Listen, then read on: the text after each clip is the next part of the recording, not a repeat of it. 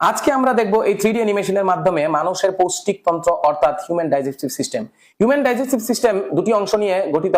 একটা হচ্ছে elementary canal অর্থাৎ পৌষ্টিক নালী, আর একটা হচ্ছে ডাইজেস্টিভ গ্ল্যান্ড অর্থাৎ পৌষ্টিক গ্রন্থি, যেরকম লিভার, গ্ল্যান্ড, এইগুলি।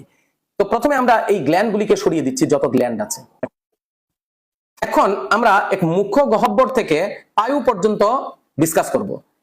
অ্যাকচুয়ালি পৌষ্টিক নালী যেটা আছে মুখ্য গহ্বর থেকে পায়ু পর্যন্ত কিন্তু একটাই নালী, এক এক জায়গাতে এক এক রকম ব্যাস দিয়ে পাতলা এবং মোটা হয়েছে।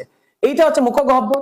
ভিতরে যেটা তোমরা দেখতে পাচ্ছ গ্রিন কালারের, এটা হচ্ছে আমাদের জিহ্বা, আর এইটা হচ্ছে আমাদের ল্যারিঙ্গোফ্যারিংস। ল্যারিঙ্গোফ্যারিংস এর পরে একটু পাতলা হয়ে একটি টিউবের মতো অংশ বেরিয়েছে, এটাকে বলবো আমরা ইসোফেগাস বা ফুড পাইপ বা খাদ্যনালী। খাদ্যনালীর পরের অংশ একটু মোটা হয়েছে, একটাই নালী, এটাকে আমরা স্টমাক বা পাকস্থলী বলে থাকি।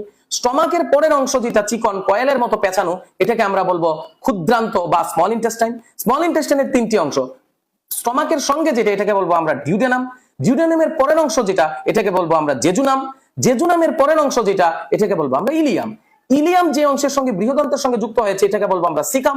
সিকামের পরের অংশ হচ্ছে অ্যাসেন্ডিং কোলন, এইটা হচ্ছে আমাদের ট্রান্সভার্স কোলন, এইটা হচ্ছে আমাদের ডিসেন্ডিং কোলন, আর এই যে নিচে যেটা আছে এটা হচ্ছে আমাদের সিগময়েড কোলন, আর পেছন দিকে এটা হচ্ছে আমাদের রেকটাম, আর এটা হচ্ছে পায়ু অর্থাৎ অ্যানাস। এই হচ্ছে আমাদের টোটাল এলিমেন্টারি ক্যানাল। আরেকটা ভিডিওতে আমরা গ্ল্যান্ড সহ আলোচনা করব।